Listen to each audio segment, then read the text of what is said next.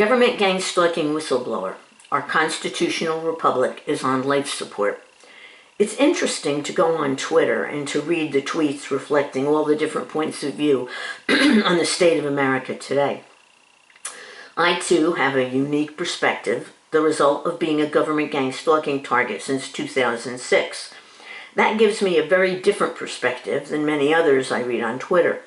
So today, I'd like to talk about what I see.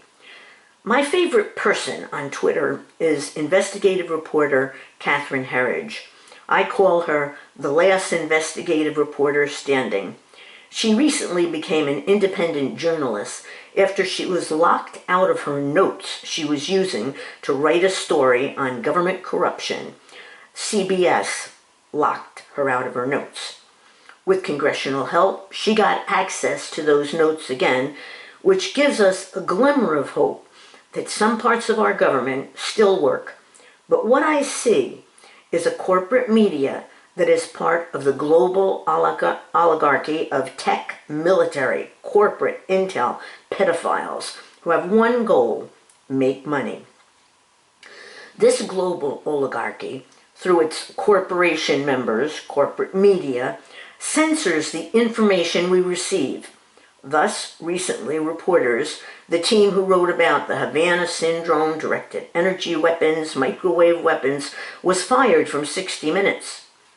Who else of the corporate media do you see, beside the fired journalists and the team at 60 Minutes, doing in-depth reporting on Havana Syndrome, or directed energy, or microwave weapons?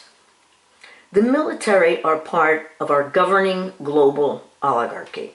Our intel agencies lead it, so stories they don't want the public to know about never get reported on our corporate media, corporations that own them being part of our global governing oligarchy too.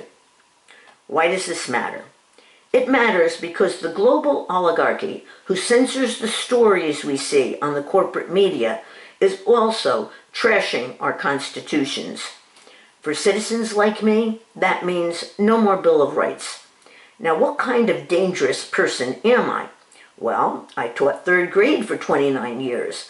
In the last of those years, I would teach during the day, come home and take care of my brother, 10 years my junior, who has a profound mental handicap, no self-care skills, and I'd read and write on my passion, depth psychology, psychoanalysis. I was writing a book I self-published, The Search for Being, a summary of which, of what I read in the early hours of each day, when a new fireman neighbor targeted me for a lifetime of gang stalking with his mobbing friends after there was a boundary dispute over property lines. That's all it took. A neighbor with mobbing friends weaving a narrative about me to our Constitution trashing fusion centers. She takes pictures with the camera.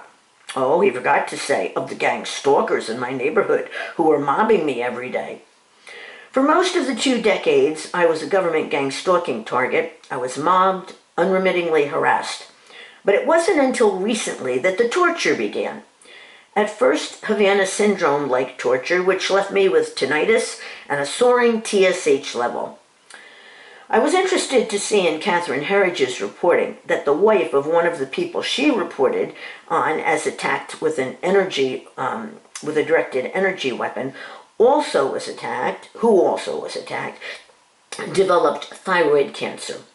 It made me wonder if directed energy weapons affect the endocrine system. My soaring TSH level after being attacked, multiple times higher than normal, and her thyroid cancer. But for me, it didn't stop there. You see, in government gang stalking, they get your surrounding neighbors to gang stalk you to socially isolate the targets.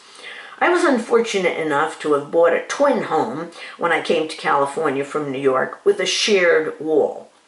Catherine Herridge has told us in her reporting that microwave weapons can be used through a shared wall with a remote. Thus, surrounded by government gang stalkers in my vulnerable house, my infrasonic vibration torture began.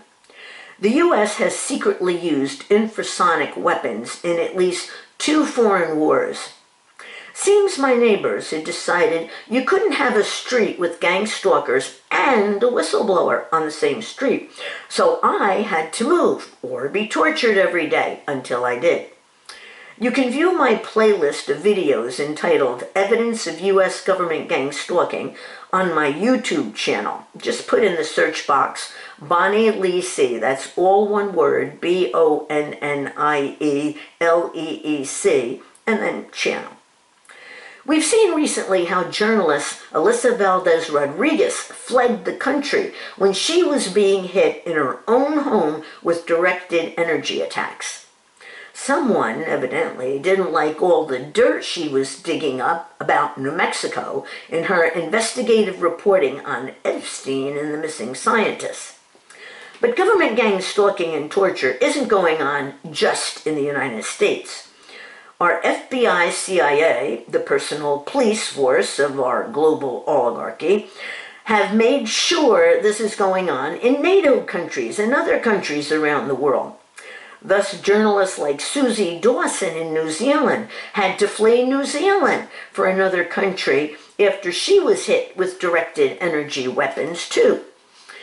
Asking as she left from her investigation, what is the American FBI doing interfering in New Zealand's government?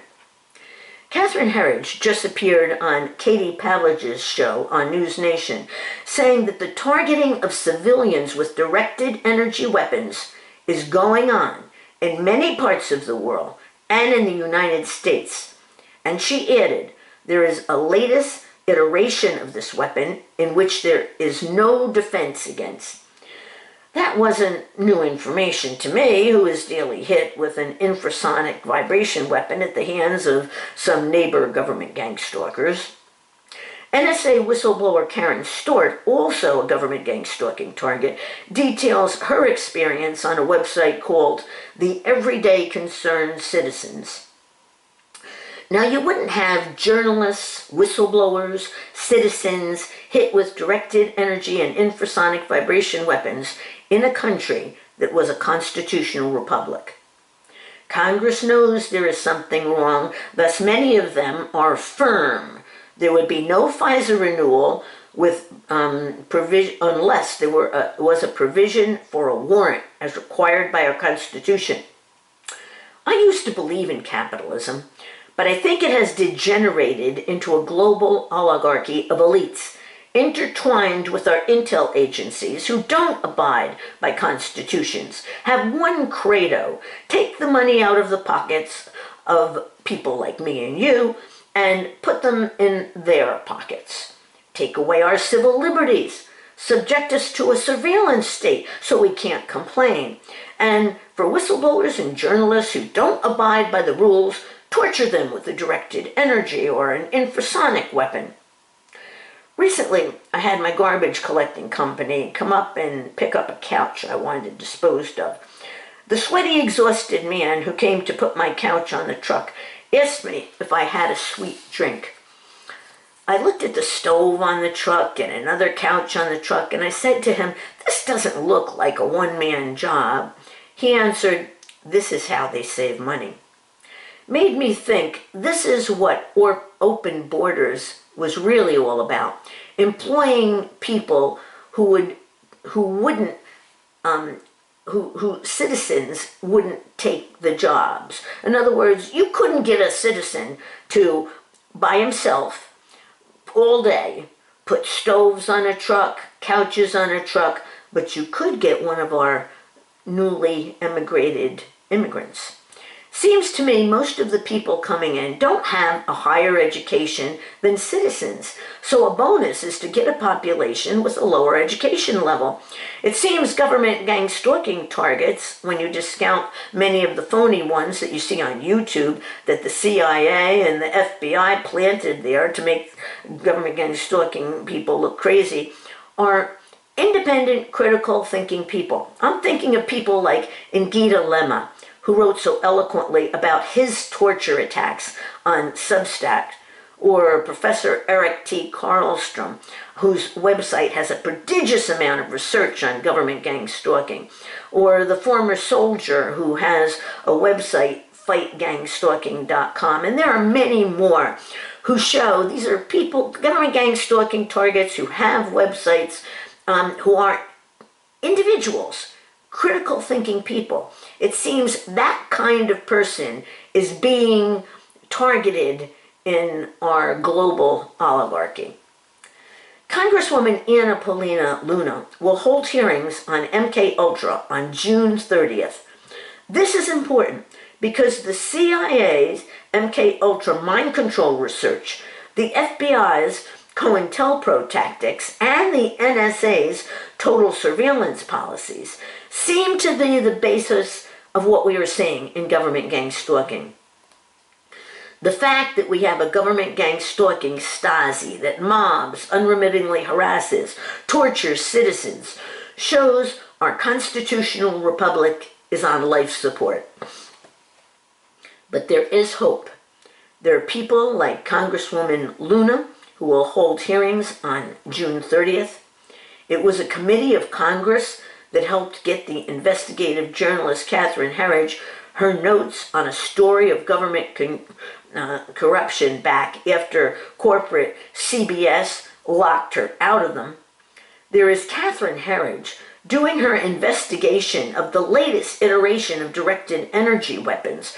Weapons her investigation show are being used on citizens.